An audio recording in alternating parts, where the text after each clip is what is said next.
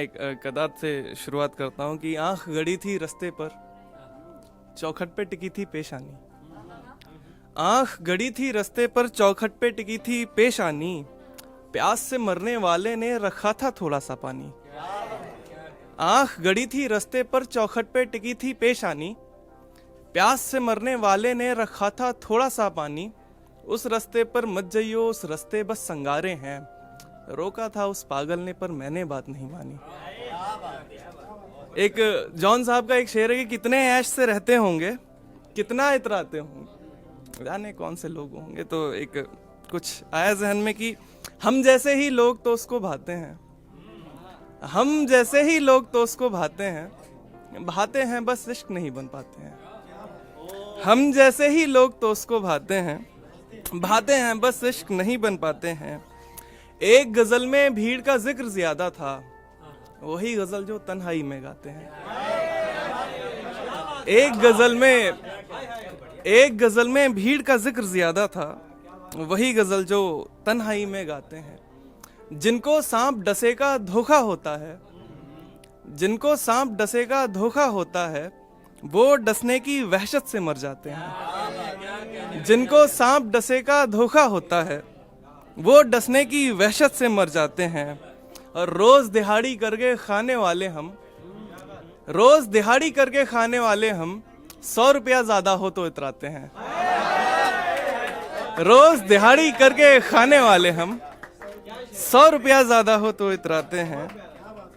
जिनके घर में खाने तक के लाले हों, वो किस्सों से बच्चों को बहलाते हैं। जिनके घर में खाने तक के लाले हों, वो किस्सों से बच्चों को बहलाते हैं। और आखिरी शेर है इसमें कि मैंने देखा है अक्सर कमजोर मर्द, मैंने देखा है अक्सर कमजोर मर्द, हारे अगर तो औरत पर चिल्लाते हैं। एक नज्म मैं अभी आप सबके बीच में रखना चाहूंगा। नज्म का उन्वान है 3rd सेमेस्टर। आयुष, दुनिया कुछ ऐसे भी बनती है कि हवा पानी जमी सूरज भला क्या क्या लगा होगा। मैं अक्सर सोचता हूँ ये जहां कैसे बना होगा। हवा पानी जमी सूरज भला क्या क्या लगा होगा। मैं अक्सर सोचता हूँ ये जहां कैसे बना होगा। फकत मुमकिन है शहजादी किसी के हिज्र में रोई, खुदा ने फिर रूसी आंसू पे कुन की नींव थी बोई। वो आंसू इस समंदर का भी खारापन बताता है, वो हर एक गम बताता है, हर एक मातम बताता है।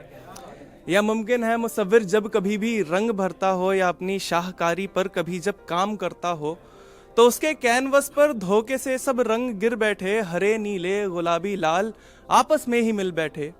मुसव्विर की कहीं फेंकी हुई जागीर लगती है, मुसव्विर की कहीं फेंकी हुई जागीर लगती है। मुझे दुनिया वही बिगड़ी हुई तस्वीर लगती है। या मुमकिन है कोई लड़का किसी का दिल रिझाने को, किसी रूठी हुई लड़की को फिर वापस मनाने को, वो लेके कोरे कागज इश्क के खत लिख रहा होगा। वो लिखकर पढ़ रहा होगा, उन्हें फिर फाड़ता होगा। ये दुनिया क्या है, ये दुनिया बहुत उलझी कहानी है। ये दुनिया क्या है, ये दुनिया बहर है ना रवानी है। उन्हीं फेंके हुए सारे खतों का ढेर है दुनिया, उसी नौसी के शायर का खारिज शेर है दुनिया। उन्हीं फेंके हुए सारे खतों का ढेर है दुनिया, उसी नौसी के शायर का खारिज शेर है दुनिया। मैं अपने MBA के 3rd सेम के लंच सेशन में इन्हीं बातों में उलझा था, तभी एक फोन आता है उसी लड़की का जिसके होने से मुझको ये दुनिया भी किसी लड़की सी लगती है। वही लड़की जो कि मुझको मेरी दुनिया सी लगती है। बेहद शुक्रिया कि आज एक गाथा गाता हूँ अहले वीर जवानों की, मातृभूमि पर प्राण लुटाने वाले कुछ मस्तानों की। 62 का वो युद्ध की जिसमें चीन ने पीठ पे वार किया, बस सीमा पर नहीं अपितु विश्वास पर भी प्रहार किया। रेजांगला की वादी में एक टोली दीवानों की तैनात थी, एक टुकड़ी कुछ अहले वीर जवानों की। राजपूत और जाट अहिर कुछ और कुछ सिख हरियाणी थे, मगर सभी एक वर्दी पहने उस पल हिंदुस्तानी थे मेजर शैतान सिंह जिनको बागडोर इस टोली की, कंधों पर जो लिए थे जिम्मा ईद दिवाली होली की। फिर एक बेड़ा दिखा था जो कि लांटेन ले बढ़ता था, चीन की सीमा पार करी और भरत भूमि पे चढ़ता था। दिया हुक्म मेजर ने उस बेड़े को आगा करने को, मगर वो फिर भी रुके नहीं तो सब में गोली भरने को। पता चला कुछ देर में ये तो याकों का एक रेला था, गोलियां जाया करने को चीन ने खेल ये खेला था। अफसर से जब बात हुई तो बोले आगे मत जाओ, पोस्ट को छोड़ो प्राण बचाओ, तुम सब पीछे हट जाओ। 2000 चीनी सैनिक का दस्ता आने वाला है, रेजांगला की चौकी पर कब्जा करने वाला है। फिर जो हुआ था उसकी गाथा धरती अम्बर गाते हैं, फिर से अब हम आपको गुजरा मंजर याद दिलाते हैं। बोले मेजर हुक्म मिला है हमको पीछे हट जाएं। बोले मेजर हुक्म मिला है हमको पीछे हट जाएं। युद्ध को पीठ दिखाकर भागे प्राण बचा लें घर जाएं। मगर मैं पीछे हट जाऊं तो क्या जिंदा रह पाऊंगा। मगर मैं पीछे हट जाऊं तो क्या जिंदा रह पाऊंगा। युद्ध में पीठ दिखाकर कैसे मां से नजर मिलाऊंगा। मगर मैं पीछे हट जाऊं तो क्या जिंदा रह पाऊंगा। युद्ध में पीठ दिखाकर कैसे मां से नजर मिलाऊंगा। जो कोई भयभीत मृत्यु से वो पीछे जा सकता है और जिसको अमृत पीना हो साथ मेरे आ सकता है। बोले वीर की वाह साहब जी खुद ही हमारो जाना है। इस मिट्टी पर प्राण लुटाकर हमें तिरंगा पाना है। पानी की इस कमी को पूरा शत्रु रक्त से कर लेंगे। हम मृत्यु को मार के अपनी विजय सुनिश्चित कर लेंगे। लेह लद्दाख एक ऐसी जगह है जो कि ठंडा रेगिस्तान है, वहां पानी की बहुत कमी है कि पानी की इस कमी को पूरा शत्रु रक्त से कर लेंगे। हम मृत्यु को मार के अपनी विजय सुनिश्चित कर लेंगे। जगह ली सबने करी प्रतीक्षा फिर दुश्मन के आने की। तैयारी थी दुश्मन को अब यम से भेंट कराने की। पहली सफ आई दुश्मन की और वीरों ने वार किया।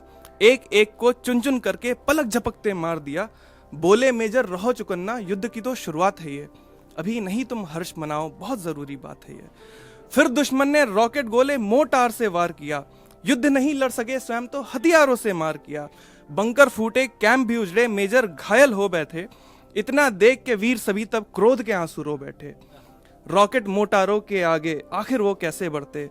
बस हिम्मत के साथ जंग को आखिर वो कैसे लड़ते। नष्ट हो गए सारे साधन मदद ना आने वाली थी। बम गोले भी खत्म हो चले बंदूकें भी खाली थी। सभी ने तब थामा धीरज और मूर्छित जैसे पड़े रहे। बम और गोलाबारी में भी हिम्मत से सब अड़े रहे।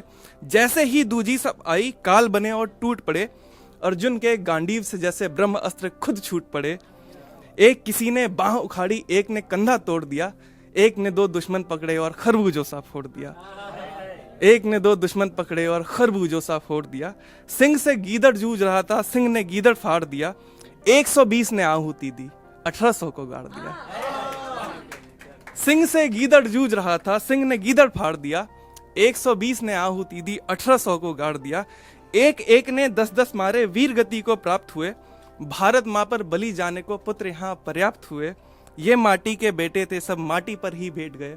माटी खाई माटी में खेले माटी में ही लेट गए। आज जरूरत है बच्चों को ये किस्से समझाने की। खुली सांस में आजादी की कीमत को बतलाने की। हो ददीज सा दान दया और धीर कहाँ से लाओगे। यौवन प्रेम के गीत सुनाकर वीर कहाँ से लाओगे।